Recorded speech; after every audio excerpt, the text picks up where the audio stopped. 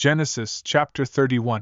Hearing Laban's sons say, Jacob has taken everything that belonged to our father, and from our father's wealth he has gained all this wealth. Jacob noticed that Laban's attitude toward him had changed. Then the Lord said to Jacob, Go back to the land of your fathers and to your relatives, and I will be with you. So Jacob sent and called Rachel and Leah to the field where his flocks were, and said to them, I see that your father's attitude toward me is not what it was before, but the God of my father has been with me. You know that I've worked hard for your father, and he has deceived me and changed my wages 10 times. But God has not allowed him to harm me. If he said, The speckled ones will be your wages, then all the flocks gave birth to speckled young, and if he said, The streaked ones will be your wages, then all the flocks bore streaked young. So, God has taken away your father's livestock and has given them to me. In breeding season, I once had a dream in which I looked up and saw that the male goats, mating with the flock, were streaked, speckled or spotted. The angel of God said to me in the dream, Jacob. I answered, Here I am.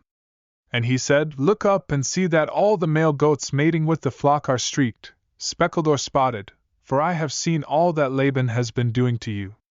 I am the God of Bethel, where you anointed a pillar and where you made a vow to me. Now leave this land at once and go back to your native land. Then Rachel and Leah replied, Do we still have any share in the inheritance of our father's estate? Doesn't he regard us as foreigners? Not only has he sold us, but he has used up what was paid for us. Surely all the wealth that God took away from our father belongs to us and our children. So, do whatever God has told you. Then Jacob put his children and his wives on camels, and he drove all his livestock ahead of him, along with all the goods he had accumulated in Paddan Aram, to go to his father Isaac in the land of Canaan. When Laban had gone to shear his sheep, Rachel stole her father's household gods. Moreover, Jacob deceived Laban the Aramean by not telling him he was running away. So, he fled with all he had, crossed the Euphrates River, and headed for the hill country of Gilead. On the 3rd day Laban was told that Jacob had fled. Taking his relatives with him, he pursued Jacob for 7 days and caught up with him in the hill country of Gilead. Then God came to Laban the Aramean in a dream at night and said to him, Be careful not to say anything to Jacob, either good or bad. Jacob had pitched his tent in the hill country of Gilead when Laban overtook him, and Laban and his relatives camped there too. Then Laban said to Jacob, What have you done? You've deceived me, and you've carried off my daughters like captives in war. Why did you run off secretly and deceive me? Why didn't you tell me, so I could send you away with joy and singing to the music of timbrels and harps? You didn't even let me kiss my grandchildren and my daughters goodbye. You have done a foolish thing. I have the power to harm you, but last night the God of your father said to me, Be careful not to say anything to Jacob, either good or bad. Now you have gone off because you long to return to your father's household. But why did you steal my gods?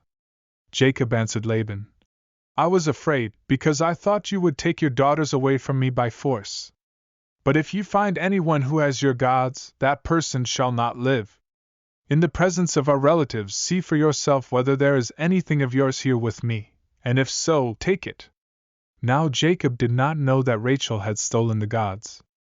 So Laban went into Jacob's tent, and into Leah's tent, and into the tent of the 2 maidservants, but he found nothing. After he came out of Leah's tent, he entered Rachel's tent. Now Rachel had taken the household gods and put them inside her camel's saddle and was sitting on them. Laban searched through everything in the tent but found nothing. Rachel said to her father, Don't be angry, my lord, that I cannot stand up in your presence. I'm having my period. So, he searched but could not find the household gods. Jacob was angry and took Laban to task. What is my crime? He asked Laban. How have I wronged you that you hunt me down? Now that you have searched through all my goods, what have you found that belongs to your household? Put it here in front of your relatives and mine, and let them judge between the 2 of us. I have been with you for 20 years now. Your sheep and goats have not miscarried, nor have I eaten rams from your flocks. I did not bring you animals torn by wild beasts. I bore the loss myself. And you demanded payment from me for whatever was stolen by day or night. This was my situation. The heat consumed me in the daytime and the cold at night, and sleep fled from my eyes. It was like this for the 20 years I was in your household. I worked for you 14 years for your 2 daughters and 6 years for your flocks, and you changed my wages 10 times. If the God of my father, the God of Abraham and the fear of Isaac, had not been with me, you would surely have sent me away empty-handed. But God has seen my hardship and the toil of my hands, and last night he rebuked you. Laban answered Jacob, The women are my daughters, the children are my children, and the flocks are my flocks. All you see is mine. Yet what can I do today about these daughters of mine, or about the children they have borne? Come now, let's make a covenant, you and I, and let it serve as a witness between us. So Jacob took a stone and set it up as a pillar. He said to his relatives, Gather some stones.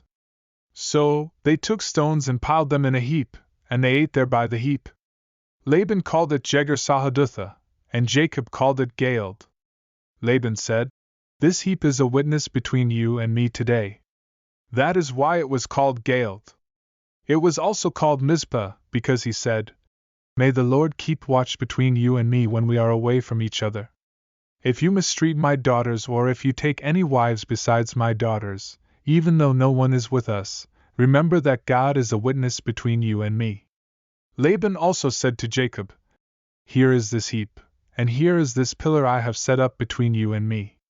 This heap is a witness, and this pillar is a witness, that I will not go past this heap to your side to harm you, and that you will not go past this heap and pillar to my side to harm me. May the God of Abraham and the God of Nahor, the God of their father, judge between us. So Jacob took an oath in the name of the fear of his father Isaac. He offered a sacrifice there in the hill country and invited his relatives to a meal. After they had eaten, they spent the night there. Early the next morning Laban kissed his grandchildren and his daughters and blessed them.